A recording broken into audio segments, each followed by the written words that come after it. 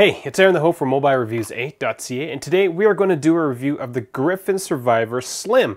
Now this is kind of your mid-Griffin Survivor case, as you've got the hardcore, or the all-terrain, not the hardcore, the all-terrain on one side, and then you've got the Griffin Survivor Core on the other. Now, despite, having this multitude of products, they're all droppable from 6.6 feet, which is pretty awesome. The Griffin Survivor Slim is a multi-layered case that provides your iPhone with drop protection of up to 6.6 feet or 2 meters. I really like the design of the case as it's quite unique, and the texture is quite rubbery, so the iPhone will slip out of your hands easily. I don't have much bad to say about this case other than a couple of minor issues with third-party screen protectors and a bit of dust protection.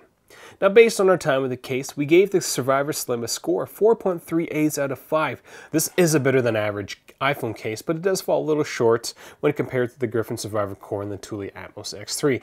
Cases that are similar to this design, and I'm talking about the two-piece multi-layered, you got a soft rubbery part and a hard polycarbonate part, is the Ballistic Tough Jacket and the Otterbox commuter, and this case, the Survivor Slim, blows them both out of the water. I'll give you a quick rundown of the differences between these cases towards the end of the video. If you'd rather read this video, head over to our website, and if you're trying to figure out which case is best for you, check out our comparison tool. Real usage, real reviews.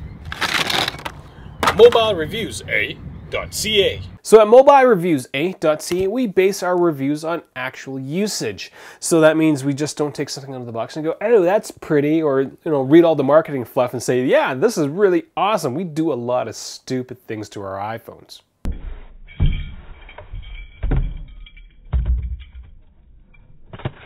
In order to bring you guys the best reviews. Now, I've actually been very impressed with Griffin. Griffin's a pretty large case manufacturer, and usually their products, well, my assumption is that if you're large, your products aren't going to be that good, because really, what else do you have to prove? But with Griffin, their products, like the Survivor Core and the Survivor Slim, I really like these cases. Unlike cases from, a large competitor that is named after an animal, a sea mammal, and a box. Their cases, the Griffin cases, blow those Otterbox cases way out of the water.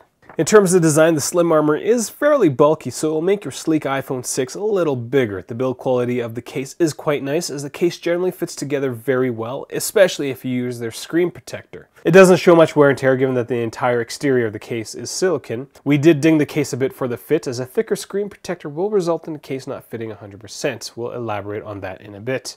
We are very impressed with how the case sticks together. Unlike other two-part cases where the iPhone sits in the soft part of the case and then it's wrapped by a polycarbonate shell, it's the exact opposite with the Survivor Slim.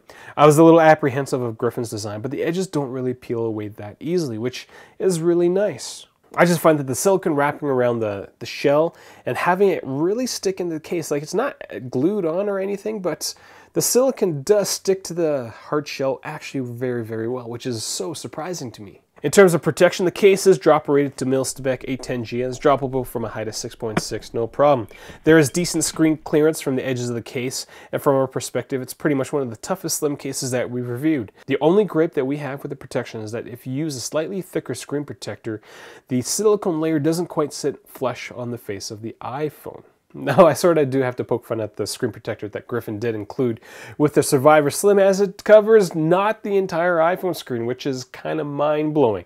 On this iPhone here, I've got a Spigen Glass TR Slim iPhone case, and it almost butts up to the edge of the case. The Griffin one definitely does not. In terms of functionality, the case doesn't get in the way of accessing your iPhone. The buttons on the case go through the silicone outer shell quite easily and doesn't need to be worked in like the Survivor Core. The cutouts at the bottom of the case are large enough to handle larger than average Apple accessories. So that's all I got for the Griffin Survivor Slim case for the iPhone 6 and the 6 Plus. I am a big fan of this case.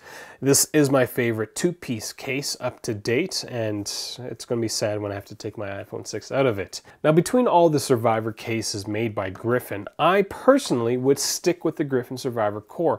I'm not that clumsy with my iPhone, so having a minimalistic case with the 6-foot drop protection is quite nice. Now, if I was looking for something just slightly tougher, I would actually stick with the Slim and get a decent screen protector, maybe a plastic one that's not as thick, rather than sticking with the Survivor All-Terrain. The only reason why I would get this case is if I well, spent a lot of time around wet places, which I don't, as the port covers generally are all covered up, but the call and sound quality coming from this case, from the Survivor All-Terrain, is a little lower.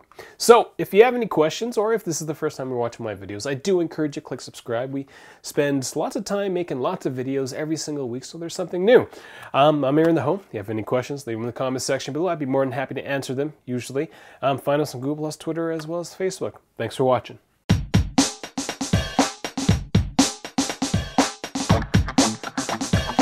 Thank you.